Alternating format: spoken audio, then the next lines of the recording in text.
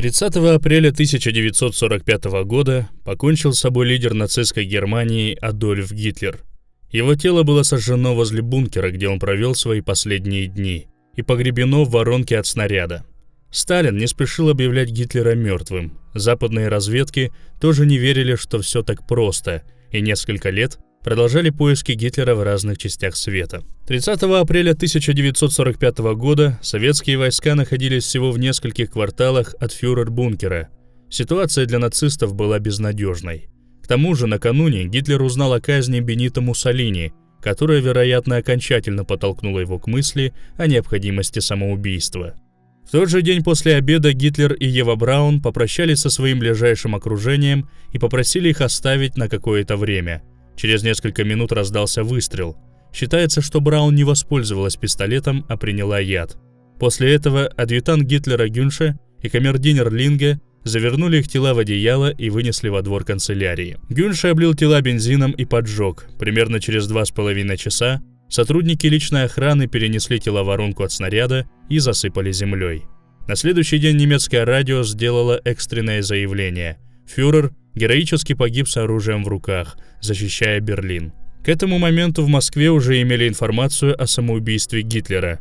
Ранним утром 1 мая с Чуйковым вступил в переговоры генерал Ганс Крепс. Он в свое время работал помощником военного атташе в СССР. Неплохо знал русский язык и хорошо подходил на роль парламентера. Крепс попытался договориться о перемирии, попутно сообщив, что Гитлер накануне застрелился в фюрер-бункере. Он также подчеркнул, что впервые сообщает немцам информацию о гибели Гитлера. Чуйков сразу же передал информацию Жукову, а тот доложил Сталину. Через 13 часов после самоубийства Гитлера в Москве уже знали о нем.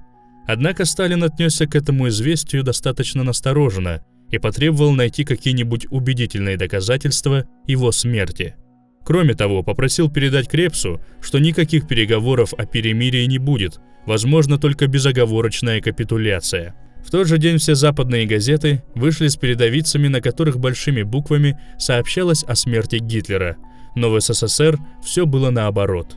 2 мая ТАСС распространил следующее заявление. Указанные сообщения являются новым фашистским трюком.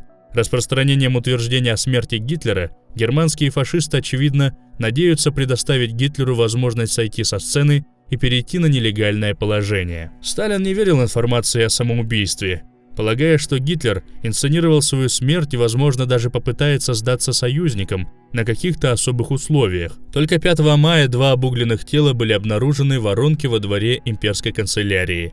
Точнее, первоначально их обнаружили 4 мая, но зарыли обратно, поскольку появилась информация об обнаружении тела Гитлера. Однако при осмотре выяснилось, что неопознанный труп явно не может принадлежать Гитлеру, поэтому 5 мая найденные в воронке тела вновь откопали. Посмертные повреждения были столь серьезны, что достоверно опознать их было весьма затруднительно. Поэтому экспертизу предполагаемых останков Гитлера проводили по зубам. У вождя нацистов были очень плохие зубы, значительную их часть ему заменили протезами.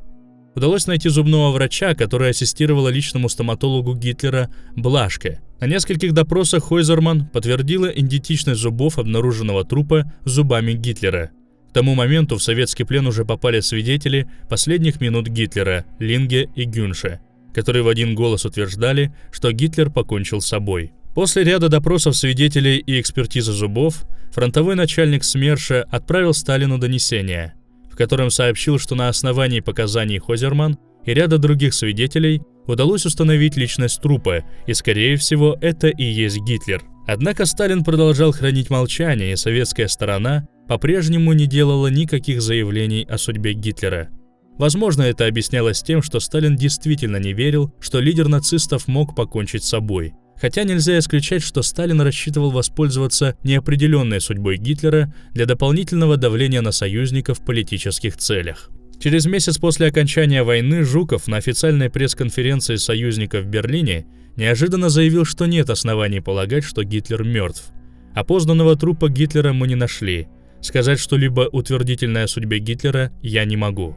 В самую последнюю минуту он мог улететь из Берлина, так как взлетные дорожки позволяли это сделать. Разумеется, заявление Жукова подхватили западные газеты, которые наперебой стали сочинять сенсационные версии спасения вождя нацистов. То и дело находились свидетели, которые видели Гитлера то в Аргентине, то в Парагвае, то в Испании, то даже встречали переодетого женщиной Гитлера в Ирландии. На Потсдамской конференции союзников в августе 1945 года американский президент Труман напрямую спросил у Сталина, можно ли уверенно сказать, что Гитлер мертв, на что Сталин ответил, что так сказать нельзя. Спецслужбы союзников не имели доступа к телу Гитлера, но это не помешало им провести свои расследования. Причем поисками Гитлера одновременно занимались сразу несколько сотрудников британских спецслужб, включая знаменитого в будущем историка Тревора Ропера. По результатам опроса всех возможных свидетелей, следователи пришли к выводу, что нет никаких оснований полагать, что Гитлер выжил. Свидетели не противоречили друг другу и достаточно точно описывали картину последних часов жизни Гитлера. В ноябре 1945 года союзники обратились к советской стороне, предложив организовать трехстороннюю комиссию для поисков тела Гитлера, дабы окончательно поставить точку в этом деле. Однако Сталин на это не пошел. Более того, поручил начать новое расследование, видимо, опасаясь, что западным разведкам удалось установить какие-то факты, о которых он не знает. Беспрерывные допросы продолжались несколько месяцев. Следователи по 1000 раз задавали одни и те же вопросы, и затем дословно сверяли их показания, ожидая, что кто-то где-то хоть раз ошибется. К допрашиваемым применяли весь арсенал советских допросов, начиная от избиений и угроз и заканчивая внедрением подсадных уток в камеры. Однако никто из них не отступил от изначальных показаний. В Берлин выехала новая группа для проведения тщательнейшей экспертизы в бункере Гитлера, но в итоге был сделан вывод. Несмотря на многочисленные свидетельские показания, нельзя сделать однозначный вывод о самоубийстве Гитлера. Между тем, американское ФБР по своим каналам стало проверять возможность чудесного спасения лидера нацистов. В сентябре 1945 года ФБР поступила информация о том, что Гитлер жив и скрывается в Аргентине. Ничего необычного в этом не было. Там издавна было много немецких колоний. К тому же местное правительство явно симпатизировало отдельным функционерам нацистского режима и привечало их. Поэтому к информации о появлении Гитлера в Латинской Америке отнеслись серьезно. Первоисточником этих данных был американский журналист, который утверждал, что его приятель еще летом встречался с одним из сотрудников аргентинского правительства, который обещал передать некую невероятную сенсационную информацию, которая точно заинтересует американцев. В обмен он хотел только большое вознаграждение, переправку в Америку и предоставление ему политического убежища. В ходе дальнейших контактов аргентинец утверждал, что своими глазами видел нацистского вождя в Аргентине. По его словам, группа из нескольких десятков нацистских функционеров, включая Гитлера, тайно прибыла в Аргентину через некоторое время после окончания войны. Все они расселились в нескольких немецких поселках. А для фюрера будто бы даже построили специальный подземный бункер-резиденцию. Информатор выглядел весьма убедительным, он даже называл примерное расположение резиденции Гитлера, а также банковские счета, оформленные на подставных лиц, которыми могли пользоваться беглые нацисты. Несмотря на то, что ФБР весьма серьезно отнеслись к этой информации, дальнейшее расследование ничего не дало, а информатор загадочно исчез, предварительно получив от американцев порядка $15 тысяч, около 200 тысяч в современном эквиваленте, за предоставленную информацию. Несколько лет спустя в Аргентине вновь искали Гитлера, но на этот раз уже усилиями ЦРУ, а не ФБР. Поводом послужили данные, полученные от информатора, который ссылался на слова своего знакомого, бывшего офицера СС Филиппа Ситроена. По словам информатора, Ситроен уверял его, что Гитлер был жив, во всяком случае по состоянию на начало 1955 года. Бывший немецкий офицер заявил, что несколько раз лично встречал фюрера в Колумбии. До 1954 года уцелевший Гитлер будто бы скрывался в Колумбии, а в 1955 году перебрался в Аргентину. Доказательство своих слов информатор даже передал фотографию, на которой были запечатлены сам Ситроен и мужчина, действительно похожий на Адольфа Гитлера, правда довоенного образца. В ЦРУ пришли к выводу, что подлинность фотографии нет возможности убедительно подтвердить или опровергнуть. К тому же несколько смущало, что Гитлер на фотографии даже не предпринимал попыток сменить свой имидж и носил все те же узнаваемые усы и челку. В 1947 году немецкий летчик Баумгарт заявил на суде в Польше, что лично вывез Адольфа Гитлера и Еву Браун накануне их мнимого самоубийства. Тела, которые были обнаружены ближайшим окружением фюрера, на самом деле принадлежали их двойникам. А Баумгарт вывез Гитлера и его супругу в датский город и получил за это приличное вознаграждение. Вся операция была сверхсекретной, о ней не знали даже самые близкие и доверенные люди Гитлера, чтобы не выдать тайну на допросах. Однако достаточно скоро дело против Баумгарта было прекращено, никакого серьезного расследования не проводилось, поскольку выяснилось, что разоткровенничавшийся пилот в действительности страдает психическим заболеванием. Искали Гитлера и в Испании, всем были известны достаточно хорошие отношения между испанским диктатором Франко и Гитлером. В период гражданской войны в Испании Гитлер оказывал Франко поддержку, посылая в страну не только оружие, но и пилотов. И хотя Франко был одним из немногих, кто отказался вступать в войну на стороне Гитлера и до самого конца войны соблюдал нейтралитет, считалось, что Гитлер вполне мог какое-то время укрываться в Испании, если, конечно, действительно остался в живых. В 1947 году ФБР действительно расследовало одну ниточку, ведущую в Испании. Информатор бюро сообщал, что некий испанский врач совсем недавно оказывал медицинскую помощь человеку, очень похожему на Гитлера. Однако попытки выяснить личность человека, похожего на Гитлера, и хотя бы его дальнейшее местонахождение, так и не удались. К тому же были слишком большие сомнения в том, что Гитлер, даже если бы он чудесным образом спасся, мог бы продолжать скрываться в Европе, где его слишком хорошо знали и запомнили. В лучшем случае он мог воспользоваться Испанией как перевалочной базой по пути в Латинскую Америку. Поэтому в последующие годы все обнаружения Гитлера были связаны с латиноамериканскими странами. В середине 60-х годов в газетах снова стали появляться все более фантастические версии чудесного спасения Гитлера. Послевоенные годы сложился негласный консенсус, что свидетельских показаний достаточно для того, чтобы считать Гитлера мертвым, а СССР наверняка имеет какие-то дополнительные доказательства. В середине 60-х вышла книга Льва Безыменского, в которой впервые был напечатан акт осмотра тела Гитлера и данные экспертиз. Книга вышла за границей с одобрения партии, поэтому на 100% отражала официальную советскую версию гибели нацистского фюрера. Однако книга была раскритикована западными специалистами. Судмедэксперты указывали, что были проведены не все необходимые экспертизы. Кроме того, существовала не нулевая вероятность того, что экспертиза производилась вообще не с трупом Гитлера, потому как в акте было указано, что покойный имел всего одно яичко, тогда как ни в одном медицинском документе Гитлера этот факт отражен не был. Снова стали появляться различные версии бегства Гитлера, на этот раз уже создаваемые фантазией журналистов. Во всяком случае, спецслужбы с конца 50-х всерьез уже не занимались поисками фюрера-нацистов. То и дело появлялись свидетели, которые знали людей, общавшихся с Гитлером, а то и сами видевшие его в Аргентине или Бразилии, Парагвае или Венесуэле. Все они получали свои 5 минут славы и скоро забывались. Все это время останки Гитлера покоились в земле на одном из советских объектов ГДР. В 1970 году, в связи с передачей объекта немцам по личному распоряжению главы КГБ Андропова, останки были уничтожены и утоплены в Эльбе. Все, что осталось от Гитлера, челюсть и фрагмент черепа, хранившиеся в Москве. Несколько лет назад СМИ всего мира сообщили сенсационную весть.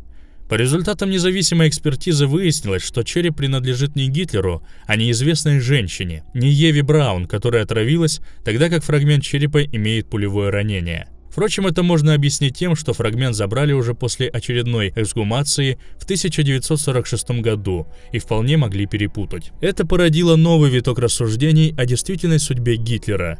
Однако всерьез подвергать сомнению версию о самоубийстве лидера нацистской Германии никто не решился. Слишком невероятной выглядит версия успешного бегства из осажденного Берлина человека, которого в 1945 году знал в лицо почти каждый житель Земли. Вместе с тем, в 2012 году в российском издательстве вышла книга «Серый волк. Бегство Адольфа Гитлера». Английские историки Саймон Данстон и Джерард Уильямс провели независимое расследование. 5 лет они разъезжали по миру, по крупицам перебирали горы свидетельств, документов, опрашивали очевидцев. И в конце концов убедились, по их словам, в ужасном факте, далеко выходящем за рамки официальной истории. В 1945 году один из величайших злодеев в истории человечества смог спрятаться в Аргентине. Организовал побег века Мартин Борман, утверждают авторы «Серого волка». Самый коварный и загадочный человек в руководстве нацистской Германии, глава партийной канцелярии. В 1933-м он стал фактически тенью фюрера. От Мартина полностью зависел распорядок дня вождя, включая его встречи и личные дела. Боясь утратить свое влияние, Борман никогда не брал отпуск. Он же был казначеем Гитлера, помогая тому увеличивать личное состояние. Интриган постепенно оттер от вождя его ближайших соратников, включая Геринга и Гиммлера, а в конце войны полностью контролировал доступ к его телу. В 1943 году он понял, что война проиграна. После Первой мировой побежденная Германия оказалась в долгах, как в шелках. Борман не хотел повторения истории и стал планировать операцию «Полет Орла» по выводу награбленного золота, драгоценных камней и прочих ценностей в тихие гавани по всему миру. Суммы были колоссальные. Вторая операция Бормана под кодовым названием «Огненная земля» имела целью обеспечить надежное убежище Гитлеру и его ближайшему окружению, чтобы было откуда после войны руководить возрождением Германии и нацизма. Выбор Бормана пал на Патагонию, обширную почти безлюдную область на юге Чили и Аргентины, в 4 раза превышающую территорию Великобритании. Здесь издавна селились немцы, фактически это была германская колония в Латинской Америке. К тому же в 1943-м в Аргентине случился переворот. Новый режим симпатизировал нацистам. Полковник Перрон, будущий диктатор, и вовсе находился на содержании немецкой разведки. Лучшего места для убежища не сыскать. В Аргентину и направил Борман награбленный золотой поток, только золото на 50 миллиардов долларов в нынешних ценах, утверждают авторы. Плюс платина, драгоценные камни, монеты, произведения искусства, акции и облигации. Помогал Мартину группенфюрер СС Генрих Мюллер, шеф гестапо тайной государственной полиции Третьего рейха. Третьим стал группенфюрер СС Герман Фегелейн, друг и собутыльник Бормана, женатый на сестре Евы Браун. В полночь 28 апреля 1945 года операция «Огненная земля» вступила в решающую фазу. Гитлер, его любимая овчарка Блонди, Ева Браун, Борман, Фегелейн и 6 верных эсэсовцев тихо выбрались из знаменитого фюрер-бюнкера через секретный ход в тоннеле метро. У Гитлера на плече висел чехол от противогаза, в котором был спрятан портрет Фридриха Прусского, прежде висевший над его столом. Эта картина кисти Антона Графа сопровождала фюрера повсюду, как и любимая собака. В метро было сыро, порой приходилось идти по щиколотку в воде. Тяжелый 7-километровый переход под землей занял 3 часа. Подгонял беглецов не только шум артиллерийской канонады наверху, но и отдельное эхо выстрелов. Где-то в метро уже сражались советские и немецкие солдаты. Когда группа выбралась наружу в условленном месте, ее переправили на танках к временной взлетной полосе, уже без Бормана. У руководителя операции «Огненная земля» оставались незавершенные дела в бункере. Приземлившись на аэродроме датского городка Теннер, Баумгарт прошел в салон и отсалютовал Гитлеру. Тот пожал пилоту руку и вложил в ладонь клочок бумаги, именной чек на 20 тысяч рейхсмарок. Уже на другом Юнкерсе группа перелетела на германскую базу. Оттуда на 3-м самолете на базу испанских ВВС в 130 километров от Барселоны.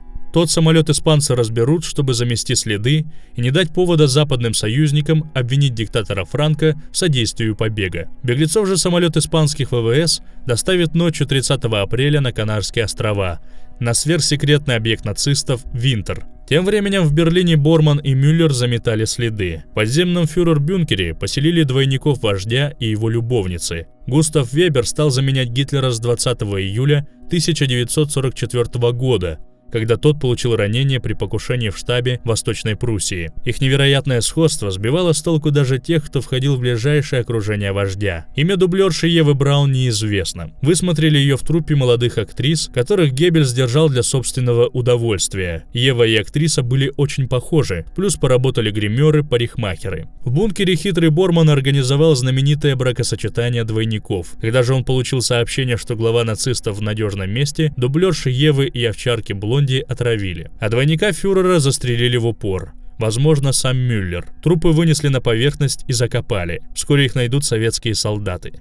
Борман сообщил о смерти Гитлера адмиралу Карлу Деницу. Адмирал стал рейхс-президентом. С этого момента Борман и Мюллер бесследно исчезнут со страниц официальной истории. Позже на Нюрнбергском процессе Бормана приговорят к смерти, заочно. Сверхсекретной базой Винтер на необитаемом мысе Хандия нацисты в годы войны не пользовались. Борман создал одноразовый объект в 1943 году специально, как главный транспортный узел для побега фюрера. Чета Гитлеров и овчарка пересели здесь на подлодку Ю-518. Им предстоял долгий путь 8,5 тысяч километров к Латинской Америке. Свояк Евы на Ю-880 прибыл к берегам Аргентины в ночь с 22 на 23 июля. Опередив Гитлера на 5 дней, он должен был подготовить его встречу.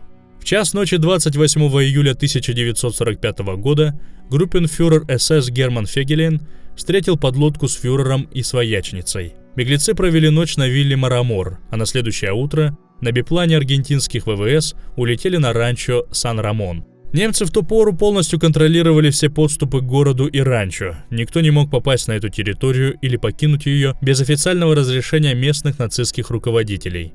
Гитлер и Ева прожили здесь 8 месяцев.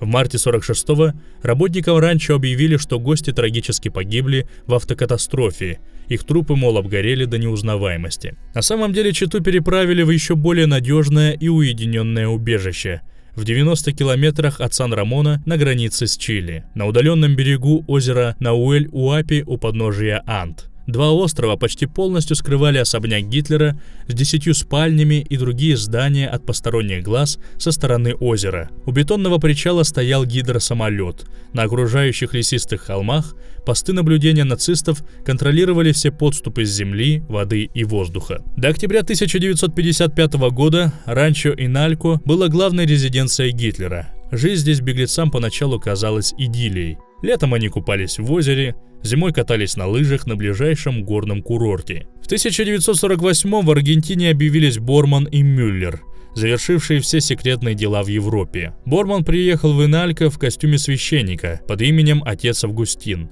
Гостил больше недели и позже часто бывал у Гитлера. Борман и руководил организацией подпольная нацистская структура по возрождению Четвертого Рейха. Однако ухудшение здоровья Гитлера и угасание мечты о возрождении Четвертого Рейха в начале 50-х привели к снижению активности организации. Многие убежденные нацисты с головой ушли в новую жизнь и новую работу, и призывы трудиться во имя поверженного вождя и поверженной идеологии все больше оставались без ответа. Загрустила и супруга фюрера. Веселая легкомысленная женщина любила шумные компании, вечеринки. Жизнь в огромном изолированном поместье была совсем не тем, о чем она мечтала.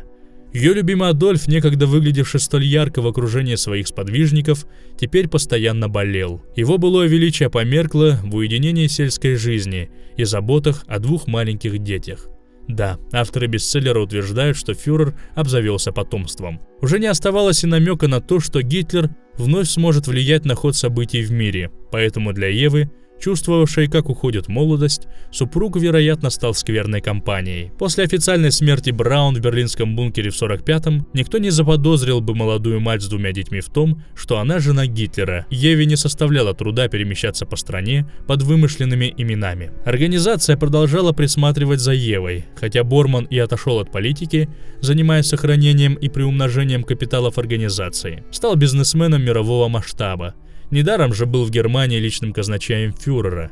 Его поездки к Гитлеру становились все более редкими. Борман много времени проводил в столице Аргентины, вел финансовые операции по всему миру. После переворота в 1955-м Борман переправил Гитлера в маленькое поместье в глухом уголке Патагонии, оставив ему лишь личного врача Отто Лемана и слугу бывшего унтер-офицера Генриха Бетте.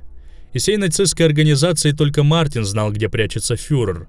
Вновь, как в 1945-м, Борман полностью контролировал доступ к вождю. Борман рассказал шефу, в какой серьезной опасности оказалась организация после падения режима Перона. Но Гитлер уже мало интересовался политикой. У него развивалась болезнь Паркинсона. Большую часть времени он проводил в покое и задумчивости. Просыпался поздно, перед полуднем шел на прогулку с новой овчаркой со старой кличкой Блонди. Затем отдыхал. Вечером проводил с доктором и слугой так называемые рабочие совещания, бессвязно и путанно болтая обо всем подряд, подчас до 3-4 часов утра. Доктор Лемон называл их компанию чудаками и изгнанниками, полностью оторванными от внешнего мира.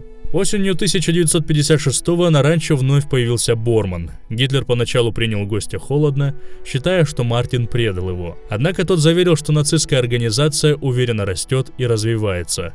К фюреру вернулся оптимизм. Борман пробыл в Ла-Кларе 2 дня. Перед отъездом поблагодарил бывшего моряка Бетта за службу и неоценимые услуги перед Рейхом.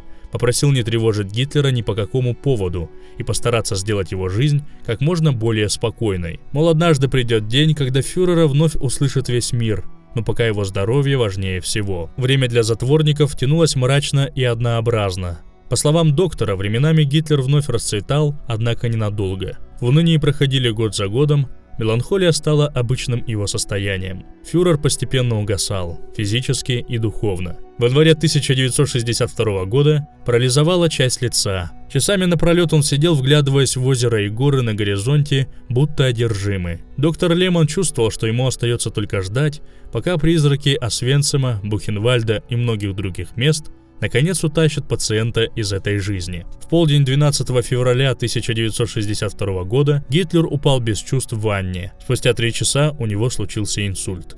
Левую сторону тела парализовало. Вскоре он впал в кому.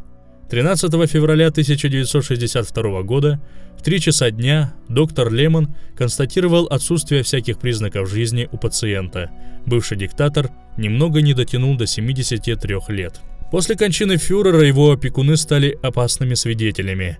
Понимая это, доктор Лемон уговорил Бетта бежать. Тот, захватив с собой дневники доктора и другие документы, смог скрываться от убийц Мюллера и Бормана, сменил имя на Хуана Павловский и умер в 1977 году, а доктор Лемон исчез. Возможно, его убили по приказу Бормана. Борман и Мюллер в 80-м вроде бы еще проживали в Аргентине. Когда и где умерли, данных нет. Оба нациста, рожденные в 1900 году, умели ловко заметать следы. Про Еву Браун и ее дочерей тоже ничего не известно. Ну а наследники фюрера, возможно, все еще живут в Аргентине или других краях. Если вам понравилось это видео, ставьте лайк и подписывайтесь на канал.